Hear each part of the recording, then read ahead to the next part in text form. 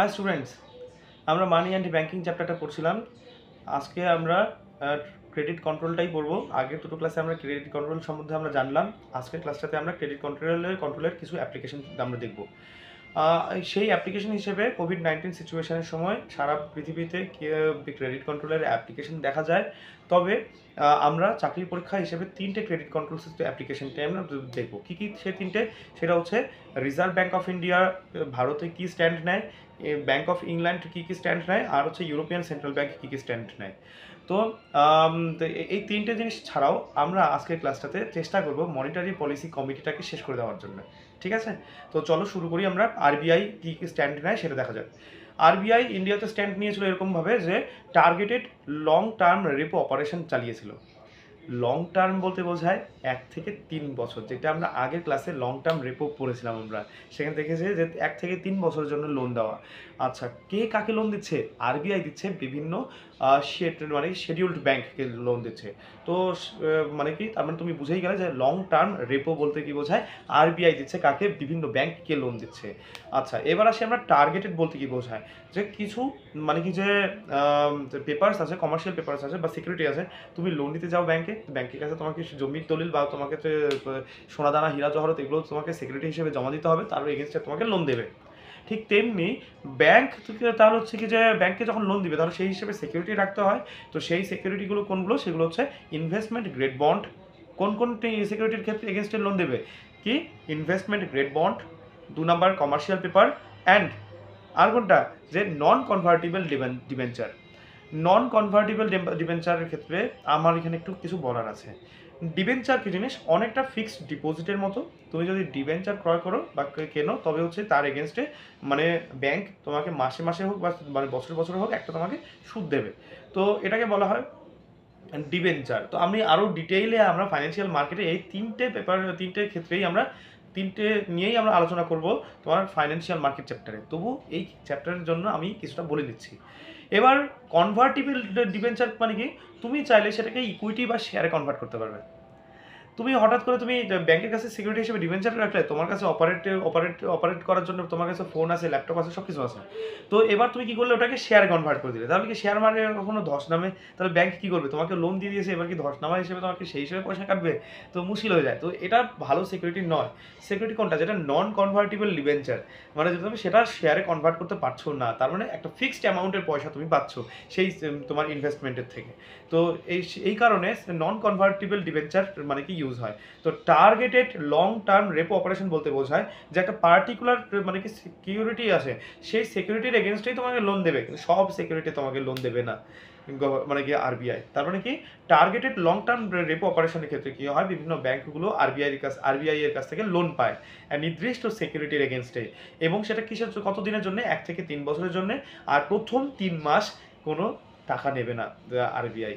কারণ কি, সেই সময় কোভিড-19 সিচুয়েশন, তখন মার্কেটে এমনিতেই লিকুইডিটি কম হয়ে যাচ্ছিল। তো সেই ক্ষেত্রে ইমিডিয়েট লিকুইড দরকার, মানে যা দ্রব্যমূল্যের দাম বাড়ছিল সেই হিসেবে লিকুইডিটি খুব কম ছিল। ঠিক আছে, এই গেল হচ্ছে আরবিআই এর স্ট্যান্ড। এবার আসি আমরা ব্যাংক অফ ইংল্যান্ডের হচ্ছে স্ট্যান্ড দেখি আমরা। সেক্ষেত্রে ইংল্যান্ডে কি চালানো হয়? কন্টিনজেন্ট টার্ম রেপো ফ্যাসিলিটি চালানো হয়। এটার অর্থ কি, যেসব অ্যাসেটগুলো কম লিকুইড, মানে যেগুলোকে এক্সচেঞ্জ করা যাচ্ছে না, আমার চাল কেনা দরকার, আমি জমিতে দলিল দিয়ে আমি চাল কিনবো না, এটা হচ্ছে লিকুইডিটি কম, আমি টাকা দিলে সঙ্গে সঙ্গে আমাকে চাল দিয়ে দিচ্ছে, এটা বেশি লিকুইড, টাকা বেশি লিকুইড, জমির দলিলটা হচ্ছে কম লিকুইড। যেসব অ্যাসেটের লিকুইডিটি কম, সেই সব অ্যাসেটকে নিয়ে তোমাকে হচ্ছে লোন দিচ্ছে, কম সুদে লোন দিচ্ছে। তো এটাকে বলা হয় কন্টিনজেন্ট টার্ম রেপো ফ্যাসিলিটি। এটা কোথায় চালানো হয়? ব্যাংক অফ ইংল্যান্ডের ক্ষেত্রে চালানো হয়, এবং সেটা কম সুদে মানে কি সুদে দেওয়া হতো। কাদের দেওয়া হতো? অন্যান্য ব্যাংক ওই দেশের সবচেয়ে বড় ব্যাংকের কাছ থেকে লোন পেত, আর কি ব্যাংক অফ ইংল্যান্ড। ওকে, এবার আমরা আসি ব্যাংক অফ মানে ইউরোপিয়ান সেন্ট্রাল ব্যাংকের ক্ষেত্রে কি দেখা যায়। সেক্ষেত্রে দেখা যায় যে প্যান্ডেমিক ইমার্জেন্সি পারচেস প্রোগ্রাম চালানো হয়। এটার অর্থ যে তোমাকে খুব কম সুদে লোন দিয়ে দিচ্ছে, কিসের এগেনস্টে? প্রাইভেট এবং পাবলিক সেক্টর সিকিউরিটির এগেনস্টে। এগুলো সম্বন্ধেও আমরা ফাইন্যান্সিয়াল মার্কেটে ভালো করে পড়বো। আপাতত এটুকুই মুখস্থ করো, ওই সিকিউরিটির মতোই, যে পাবলিক এবং প্রাইভেট সেক্টর যে সব সিকিউরিটিগুলো হয় সেগুলোর এগেনস্টে হচ্ছে খুব কম সুদে লোন দিয়ে দেওয়া হয়। কাদের দিবে? অন্যান্য ব্যাংককে। কে দিচ্ছে? সেটা ইউরোপিয়ান সেন্ট্রাল ব্যাংক, হয়তো এটা বিরাট বড় একটা ব্যাংক হয়ে থাকবে। তো এই হচ্ছে আমাদের আজকের হচ্ছে তিনটে হচ্ছে অ্যাপ্লিকেশন পড়লাম। কি কি?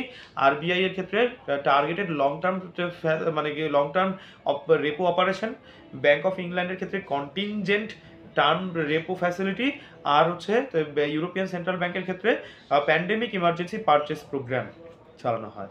ঠিক আছে? আচ্ছা, একটা নতুন টার্ম পড়তে হবে, ইম্পর্টেন্ট টার্ম, সেটা হচ্ছে কনসলিডেটেড সিকিং ফান্ড। এটা কি? যে ধরো কোনো একটা স্টেট যদি লোন নেয় বাইরের তোমার কোনো ফাইন্যান্সিয়াল মার্কেট থেকে বা কোনো ব্যাংক, মানে আরবিআই এর কাছ থেকে হোক বা বিদেশি কোনো সেক্টরের কাছ থেকে লোন যদি নেয়, তবে সেটার যে বিশেষত আরবিআই, সরি এটা বলা উচিত আরবিআই, আমি আরবিআই ক্ষেত্রে যদি মানে সরি ধরো হচ্ছে কারো কাছ থেকে যদি লোন নেয়, তবে আরবিআই এর কাছে 1 থেকে 3% মানে কি সেটাকে গচ্ছিত রাখতে হয়। এটাকে বলা হয় কনসলিডেটেড সিকিং ফান্ড। আমি আরেকবার বলছি, কনসলিডেটেড সিকিং ফান্ড কি? যে তুমি মানে কোনো একটা স্টেট বাইরের কোনো মানে কি দেশ থেকে বা কোনো ফাইন্যান্সিয়াল মার্কেট থেকে লোন নিল, তো তার হচ্ছে 1 থেকে 3% হচ্ছে গিয়ে পরিমাণ টাকাটা কোথায় তো গচ্ছিত রাখতে হবে? সেটা আরবিআই এর কাছে গচ্ছিত রাখতে হবে। এটাকে বলা হয় কনসলিডেটেড সিকিং ফান্ড।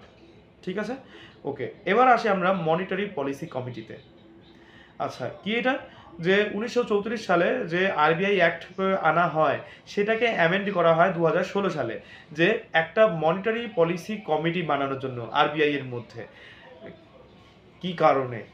কারণ হচ্ছে রেপো রেট কত হবে, রিভার্স রেপো রেট কেমন হবে, তারপর ব্যাংক রেট কেমন হবে, বিভিন্ন, তারপর হচ্ছে তোমার পাবলিকের ভালোর জন্য কোন পলিসি অবলম্বন করা দরকার, কোন সিকিউরিটি নেওয়া উচিত, তো মানে কি কনভার্টিবল ডিবেঞ্চার না নন কনভার্টিবল ডিবেঞ্চার, বা অন্যান্য কোনো কি বলে প্রাইভেট কোম্পানির কাছ থেকে কীভাবে লোন দেওয়া যায়, এই সমস্ত কিছু ডিসাইড করে যে মনিটারি পলিসি কমিটি এর থ্রুতে তোমার হচ্ছে আরবিআই ডিসিশন নেবে। এর জন্য এই কমিটিটাকে আনা হয়, কার মাধ্যমে? 2016 সালের আরবিআই অ্যাক্টের অ্যামেন্ডমেন্ট দ্বারা। আচ্ছা, এই মনিটারি পলিসি কমিটির হচ্ছে সদস্য টোটাল 6 জন থাকবে। কারা? 3 জন মেম্বার থাকবে আরবিআই থেকে। কে কে? গভর্নর, ডেপুটি গভর্নর, আর হচ্ছে নমিনেটেড মেম্বার, মানে অফিসিয়াল অফ আরবিআই। আরবিআই এর বিভিন্ন অফিসার থাকবে, বড় বড় অফিসার, তাদের মধ্যে থেকে একজনকে নমিনেট করা হবে। এইভাবে হবে যে আরবিআই এর 3 জন মেম্বার। এবার আসি আমরা বাকি 3 জন মেম্বার তার কোথা থেকে আসবে? সেটা আসবে গভর্নমেন্ট অফ ইন্ডিয়া দেবে। কি করে দেবে? পার্লামেন্ট ডিসাইড করবে কাদের কাদের রাখা হয়।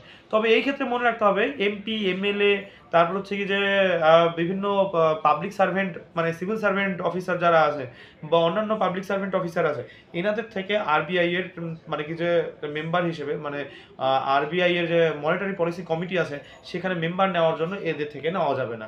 অন্য হয়তো কোনো ক্রাইটেরিয়া আছে, সেটা কারা ডিসাইড করবে? সেটা পার্লামেন্ট ডিসাইড করবে, মানে গভর্নমেন্ট অফ ইন্ডিয়া ডিসাইড করবে। তো কি বললাম আমি?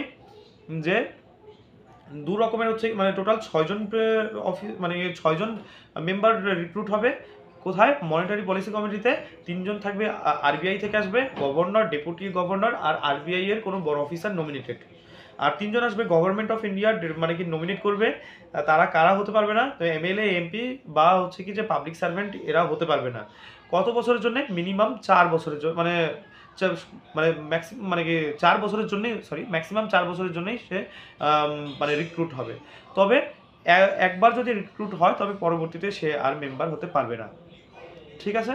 তো এই ছিল হচ্ছে কি আমাদের মানে আজকের ক্লাসে আমরা কি পড়লাম? আমরা পড়লাম 3টে জিনিস। একটা হচ্ছে ক্রেডিট কন্ট্রোলের অ্যাপ্লিকেশন, 2 নাম্বার হচ্ছে কনসলিডেটেড সিকিং ফান্ড, আর একটা হচ্ছে মনিটারি পলিসি কমিটি। ঠিক আছে? আজকে এই পর্যন্তই থাক। নেক্সট টাইম আমরা আরও অনেক কিছু পড়বো। ঠিক আছে?